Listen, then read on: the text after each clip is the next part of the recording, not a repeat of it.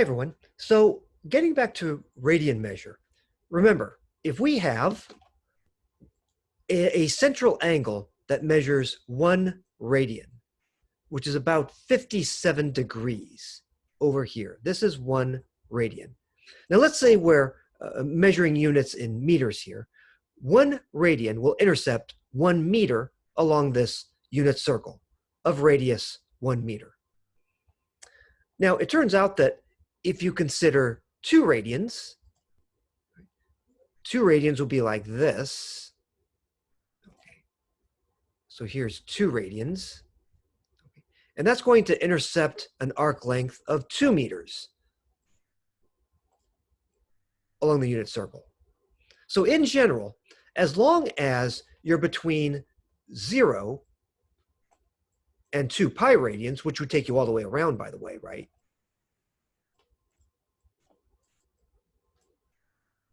Okay. As long as you're between 0 radians and 2 pi radians, then you're going to intercept that many meters along the unit circle. So if you have, in fact, pi radians, that takes you all the way over here, right? And you get pi meters on the top half of the unit circle.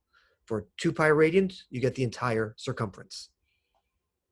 All right, now that's if r is 1. So if r is 1, if you have a unit circle, if r is 1, then you have the property that the arc length, which is often denoted by s, the arc length that's intercepted, s, is equal to theta, which is the number of radians. Theta is the number of radians. So if you have 2 radians as your central angle, then the intercepted arc length is 2 meters. But that's for a unit circle. What if you have a circle that's twice as big? What if the radius is 2 meters? Well, then the arc lengths are doubled. So for example, if you have a circle of radius, well, pretend that's a circle. If you have a circle of radius 2 meters and your central angle has measure 1 radian, then the intercepted arc length over here will not be 1, it's going to be 2. It's going to be doubled. So the intercepted arc length is going to be proportional to the radius of the unit circle. So if you have a radius that's 10 times as big, you get 10 times the arc length for the same measure of theta. So that suggests that s equals r times theta. It's kind of a similarity idea, proportionality. Arc length. Consider a circle of radius r. The arc length s of the arc intercepted by a central angle measuring theta radians is this. S equals r times theta. And we assume that theta is measured in radians. Whatever unit r is measured in, like meters, that's the unit for s, meters. Okay, so for example, let's say that the arc length of an arc, this arc length, okay, is along this circle of radius 7 inches. The central angle here is 2 radians. So what then is the arc length? The distance along the circle from here to here. Well, s equals r times theta. R, the radius, is 7 inches. You could put the unit inches here. Theta is 2 radians. Radians isn't even a unit, really. It's an invisible unit. So we have 7 inches times 2. That's 14 inches. Again, if this were a unit circle, and if we were measuring in inches, this would be 2 inches. But this is not a unit circle. It's a circle of radius 7 inches, so the arc length is 7 times 2, or 14 inches. 7 inches times 2, or 14 inches. Again, this applies as long as theta is between 0 and 2 pi radians. If you go past 2 pi radians, you're talking about overlaps. All right. So what are some ways that we can classify angles? Well, you could say that the coordinate axes, the x and y axes, divide the xy plane into quadrants. Quadrant 1 is the upper right quadrant, and then you order the others counterclockwise. So here's quadrant 1 in the upper right-hand corner, where both x and y are positive in value. And then you count counterclockwise. Here's quadrant 2, quadrant 3, quadrant 4. So we love this counterclockwise direction, this positive direction. this positive orientation. 1, 2, 3, 4. And we usually do use Roman numerals. So in order to classify an angle, we would consider the corresponding standard angle. For example, consider a 30-degree angle. Okay, that would look something like this, right? A 30-degree angle from here to here. So in standard position, the terminal side shoots through quadrant 1. We would call 30 degrees a quadrant 1 angle, because in standard position, the terminal side shoots through quadrant 1. Okay. Likewise, something like this in orange, if you have something like this, initial side, terminal side, okay, this here in orange, that's a quadrant 2 angle. I'll erase these other guys. This is a quadrant 2 angle, and so forth. Quadrant 3, quadrant 4. And sometimes we have borderline cases. So for example, consider this purple initial side and this red terminal side. We get a right angle. A right angle has measured 90 degrees or pi/2 radians. It's a borderline case. The terminal side is on the borderline between two quadrants. We call these kinds of angles quadrantal angles, which are integer multiples of 90 degrees or pi/2 radians. So the famous quadrantal angles are 0 degrees, 90 degrees, 180 degrees, and 270 degrees, and then back to 360 degrees. That's coterminal with 0 degrees. They share the same terminal side in standard position. In radian measure, 0, pi/2 radians, or just pi/2 as a real number, pi radians, 3 pi/2 radians, over here, back to 2 pi radians. 2 pi is coterminal as an angle measure with 0, because the corresponding angles share the same terminal sides in standard position. Okay, now what about 5 pi/6? What quadrant does that lie in? One way to look at it is, well, pi/2 is 3 pi over 6.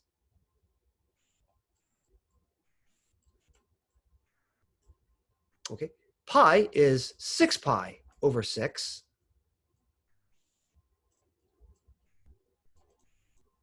So it makes sense that 5 pi/6 is somewhere in between, like somewhere in here, maybe. This would be 5 pi/6 radians. 5 pi/6 is strictly between 3 pi/6 and 6 pi/6, so 5 pi/6. Compare this guy to quadrantal angles, nearby quadrantal angles. It's quadrant 2.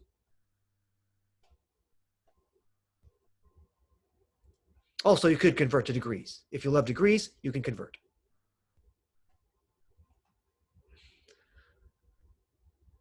Angles that are strictly between 0 degrees and 90 degrees, they are by definition quadrant 1 angles. They're called acute. Like, for example, this 30-degree angle would be called, well, I guess this 60-degree angle. This 60-degree angle would be called acute. A right angle, we've seen those. Something like this. Right angle, 90 degrees or pi/2 radians, and that's quadrantal. An obtuse angle, not a stupid angle, but an obtuse angle, right? Something that's strictly between 90 degrees and 180 degrees, and it's a quadrant 2 angle. By the way, all acute angles are quadrant 1, all obtuse angles are quadrant 2, but not vice versa. There are some quadrant 1 angles that are not acute, and some quadrant 2 angles that are not obtuse. That's where we talk about coterminal angles. Complementary angles are a pair of positive angles that add up to 90 degrees. Later on, we'll relax this condition. So for example, I'll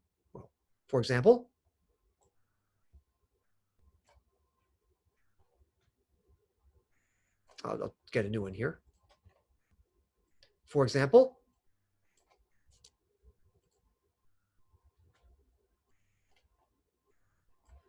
fifty degrees plus 40 degrees equals 90 degrees. Okay, these are both positive angles. These are complementary. Supplementary angles are a pair of positive angles that add up to 180 degrees. So for example, 100 degrees plus 80 degrees equals 180 degrees. And these are supplementary. Remember, complementary angles add up to 90 degrees. Supplementary angles add up to 180 degrees. A nice way to remember that, C comes before S in the alphabet. 90 degrees is less than 180 degrees. A lot of people confuse these. Now, I've been talking about these. What are coterminal angles? So let's say that we have two standard angles where the initial side is on the positive x-axis. The positive x-axis over here. So this, for example, is a standard angle where the initial side is on the positive x-axis. Okay, now any angles in standard position that share not just the same initial side, but the same terminal side, those are called coterminal angles. And they differ by at most an integer number of full revolutions, counterclockwise or clockwise. All right. So here are general formulas that we're going to talk about. If the angle theta is measured in radians, then all its coterminal angles are of the form theta plus 2 pi n, where n is any integer. Okay, using our fancy notation, where n is a member of the set of integers. Theta plus any integer multiple of 2 pi. N could be 0, 1, 2, 3, and so on, negative 1, negative 1, negative 1, negative 2, negative 3, and so on. If n is 0, there's no rotation. It's just pi. If n is positive, you're doing counterclockwise revolutions. If n is negative, you're doing clockwise revolutions. Likewise, if theta is measured in degrees, then all coterminal angles are of the form theta plus 360 degrees times n, or 360 n degrees. 2 pi is the same as 360 degrees. A full revolution counterclockwise. If n is positive, it really is a counterclockwise revolution. By the way, we don't have to put plus or minus because we already know n could be negative. N can be any integer. So we don't need plus or minus. That's redundant. Okay, so here's an example. Pi over 3. Pi over 3. So again, the coordinate axes, x-axis, y-axis, we should label them, but let's not do that here. Okay, so this initial side is on the positive x-axis, but I want to show you that it's there, so I'm separating them a bit. Initial side on the positive x-axis, okay. Pi over 3, that's 60 degrees in degrees, right? Pi over 3 is 60 degrees, so kind of like that, okay? Here's the angle we're talking about. All right, so this is pi over 3 radians, or 60 degrees. Now, how do we get coterminal angles? Well, first of all, pi over 3 is coterminal to itself, right? It shares its own terminal side. But remember that we're allowed now to do full revolutions. Okay. So for example, let's say that we do one additional full revolution counterclockwise. That means we're doing pi over 3 plus 2 pi plus 2 pi. Or in thirds, 2 is 6/3. So 2 pi is 6/3 pi, or 6 pi over 3. This stuff really creeps people out. The idea of fractions and pi, that really bothers people. But if you believe that 2 is 6/3, you should believe that 2 pi is 6/3 pi, or 6 pi over 3. 1 pi over 3 plus 6 pi over 3 is 7 pi over 3. Likewise, 7 pi over 3 plus 6 pi over 3 is 13 pi over 3. All three of these angles are coterminal to one another. Likewise, these are as well. If you subtract 2 pi, if you subtract 6 pi over 3, if you subtract 2 pi, if you subtract 6 pi over 3, you get negative 5 pi over 3, and then you get negative 11 pi over 3, and so forth. Every angle has infinitely many coterminal angles. Pi over 3 has infinitely many coterminal angles. In degrees, remember pi over 3 is 60 degrees. Okay, 60 degrees is coterminal to itself. You could add 360 degrees. You can keep doing that and get these coterminal angles. you can subtract by 360 degrees and get these angle measures. Again, there are infinitely many coterminal angles to 60 degrees. How do you get 420 degrees? You rotate 60 degrees and then do another 360 degrees. This is technically different from a 60-degree angle, but absent this kind of designation or indication, it looks exactly like a 60-degree angle if you didn't have this indication of rotation. By the way, what does negative 300 degrees look like?